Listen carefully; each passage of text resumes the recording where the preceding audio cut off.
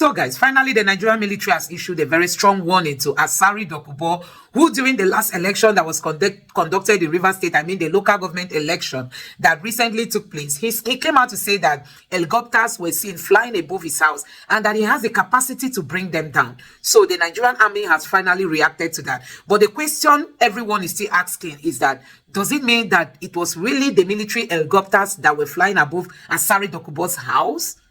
So guys, I'm going to let you watch the video where Asari Dokubo spoke on bringing down those helicopters. And he said it might be Wike's police or Wike's army, but he doesn't care who the owners are, that he's ready to bring them down. And you are going to also watch the reaction coming from the Nigerian military. Take a look. But you are talking. With the video, I'm not going to the video. As I said in the video, that's the video. Wike's soldiers, Wike's police, whoever, had been flying over my house and my compound in the last 30 minutes with 2 helicopter gunships. I have the capacity to contain them. Nigeria cannot surrender to Wike. Rivers people will not surrender to Wike.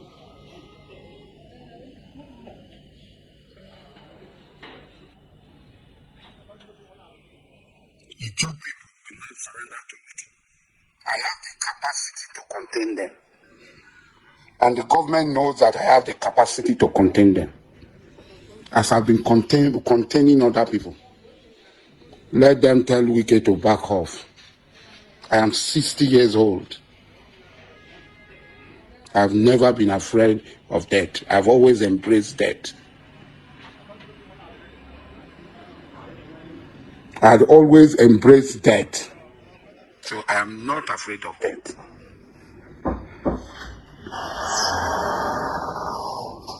So, all those who are there, when the helicopter is shot down, let nobody put it in. I didn't go and look for the helicopter to shoot them down. I will shoot down the helicopter.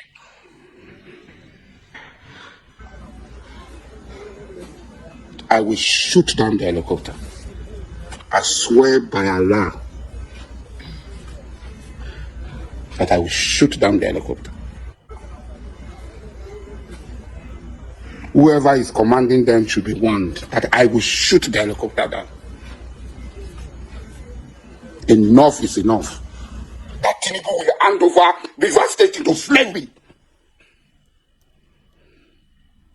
Now to comments by some individual that they can shoot down the helicopter of the military. I think that's laughable. In fact, I'm about to laugh about that.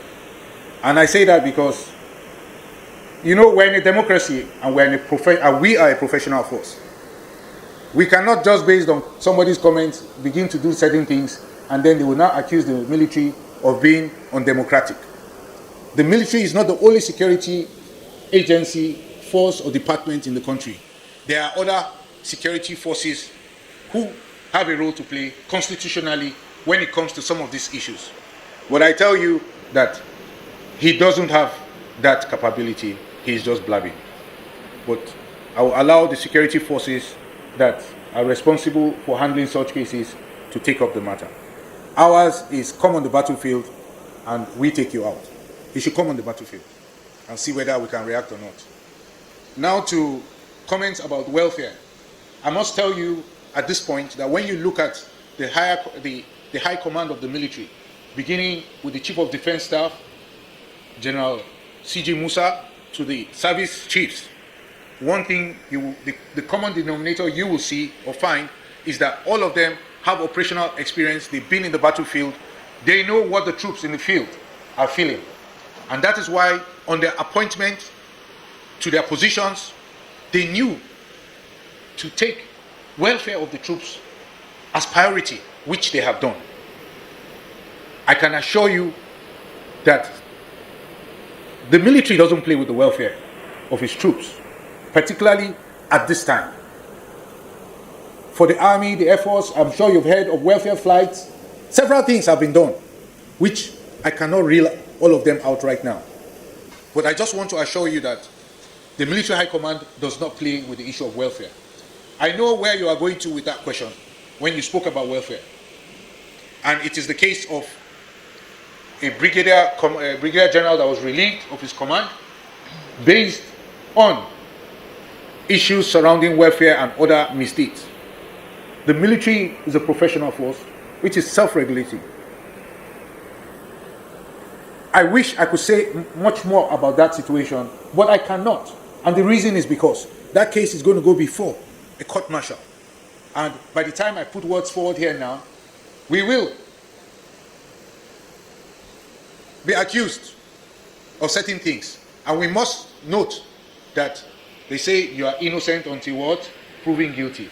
As you are aware, we have taken off the battlefield several of the terrorist commanders, their combatants, their operatives, and their foot soldiers. And we will continue to do this day in, day out. Now, the motivations of the terrorists have been low and lower and getting lower every passing day. And this is indicative of the surrendering that we've recorded in the northeast. And as I speak, surrendering is going on an incremental measure every passing day. Now to the issue of some of the terrorists that have surrendered escaping back to the bush. You would know by now that the military is not responsible for the DDR program which is ongoing with their surrendering in the northeast. Having said that they have gone back to the bush is an ugly and disappointing development. However, it requires all hands on deck to make sure that the DDR process is online, is on stream, and producing the desired result that it is intended to produce. That is the much that I can say about that for now. For us, the enemy we fight is the terrorist. Some may choose to call them different names in the different theaters of operations where they exist. In the northwest, in the northeast, some will say terrorists, and in the northwest, some people will want to say bandits. I tell you that they are all terrorists because we should call them for what they are. In the north central, some will want to tell you that they are headers. We should call them for what they are. They are all terrorists, and that is what we see. Now, troops are making significant progress. Like I said, we prioritized taking out the terrorist leadership, and we've been doing just that. In the last 3 quarters, we've taken out over 300 terrorist commanders, not mentioning even their foot soldiers. And the aim of this is to diminish their fighting capabilities and to damage their military capabilities, which we have been doing, even as indicated in the brief that you have just received. You can see how many weapons, ammunition that we recovered. You can see how many terrorists that we have decimated. Now to the question of what we are doing in the Northwest. In the Northwest, I would say that because of the operational flexibility that we have, we can see while reassessing our operations where there are gaps. And that has informed us to create a unified command structure such that will give us the kind of results that we want to see. When you look at the Northeast setup and you look at what we had in the Northwest, it wasn't the same. So, based on the kind of successes that we recorded in the Northeast, we found the need to rejig the operation in the Northwest in order for us to achieve even better successes than we have achieved in the Northeast. Hence, the operation was rejigged and renamed as Operation Fansanyama. Already, with the rejigging of that operation, we are seeing results, even as more and more terrorist leaders and commanders are being decimated on the battlefield. I must say this, that every encounter that we have with the terrorists on the battlefield leaves more terrorists dead and several wanting to surrender. That is the situation. With Operation Fansanyama, which is just at the teaching stage, we are already seeing the results, and part of the results that we are seeing is that the terrorists are indicating that they want to surrender. They're indicating that they want to surrender. And recall that I said that all these terrorist commanders that we hear about, Bello Turji or whatever name they call themselves, they are all dead men walking. You can be sure of that. Now to the southeast, where we have Operation Udoka. The troops of Operation Udoka made significant achievements during their operations this week. For instance, the air component of Operation Udoka conducted air interdiction on indigenous people of Biafra and their Eastern Security Network cohorts camps at Mother Valley. You will recall that the Mother Valley spans from Osu to Ihiala, local government areas of Imo and Anambra states. Several camps of the terrorist groups within the Mother Valley was destroyed, with the terrorists decimated.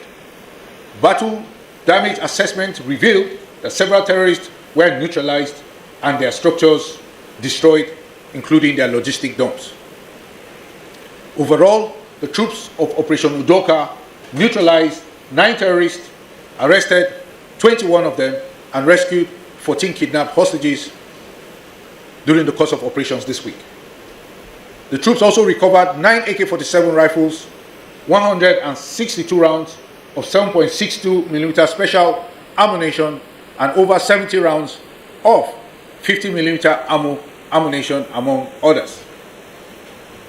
Now, all the recovered items, the arrested persons, and the rescued hostages were handed over to the relevant authority for further action, including prosecution. In summarizing, I will say that our role in the ongoing war is very clear, and we are increasingly making progress. Nevertheless, we are not oblivious of some security challenges faced by citizens in certain quarters. We also recognize the urgency for an immediate turnaround of such ugly situations wherever they exist. Accordingly, we are reassessing and making necessary adjustments in our operations to ensure peace and security for all citizens across the country. Overall, there is no greater prize than for us as a force to be ready to lay down our lives to secure our nation and our citizens. We have done it in the past, we are doing it now, and we shall continue to do it in the future. So guys, you have seen it for yourself. These are some of the things we keep saying, that this country really needs to be regulated, you know. So the military is now saying that they don't want Asari Dokubo to go after them. Should it be their helicopter that was actually flying above Asari Dokubo's house? And why were those helicopters actually at Asari's house? That's the question. Asari Dokubo offered to give, you know, his security men during the election in Rivers State when the police came out to say that they were not going to participate. We heard this speculation that Asari Dokubo has volunteered his military men or his armies or his trained people to be the ones to help in conducting that election, which everybody applauded him. But this time, the military is not taking it light because he said he has the capacity to bring down those helicopters. Is it that they're afraid of the kind of artillery that Asari Dokubo has in his possession? And why is it that they are not confronting him directly? They just came out to the media saying, as for those who say they have the capacity to bring down the helicopter, it's just that we are a democratic government. So you can imagine if somebody from the southeast had come out to say he or she would bring down the military helicopter, what the military would have done. They would have sworn into action, you know, going to the southeast, raiding places. Even if it will involve people losing their lives, it will not matter to them. But now, that's to tell you that there's a whole lot of partiality in this country. Yes, nobody is supporting Asari Dokubo to bring down the helicopter belonging to the Nigerian military. But nevertheless, for such a state statement, they would have queried to know where is he going to get the artillery, or if he has one, how did he get it as a private citizen? But all those things are not the talk for now. But the question remains, if someone else from any other part of the country, especially from the southeast, makes such a statement, do you think the person won't land in jail? That is it. And also, this is also to tell you that the constitution of this country is not working for everybody equally. If the constitution forbids you to carry arm, then everybody should avoid carrying arm. Not some people are allowed, while some people are not. Because you are an ex-militant, it means that you have access to gun, you have access to all those. And then if you're a private citizen, then they will not, if you are an ordinary citizen, you will not be allowed to say anything like that. Neither will you be allowed to carry any form of military wear. So guys, a whole lot is happening in this country, but I'm happy that the Nigerian military got this message rightly from Asari Dokubo, and they've come out to react. So let's just agree to this fact that the Nigerian military is aware of those helicopters that were seen flying above Asari Dokubo's house, meaning that Asari Dokubo's claim is really authentic. So guys, let me know what you think about all this drama going on between the military and Asari Dokubo. Drop your thoughts in the comment section below. Please don't forget to subscribe to the channel, turn on the notification bell. Please give this video a like so that YouTube can recommend it to others, and drop your thoughts in the comment section below. Thank you.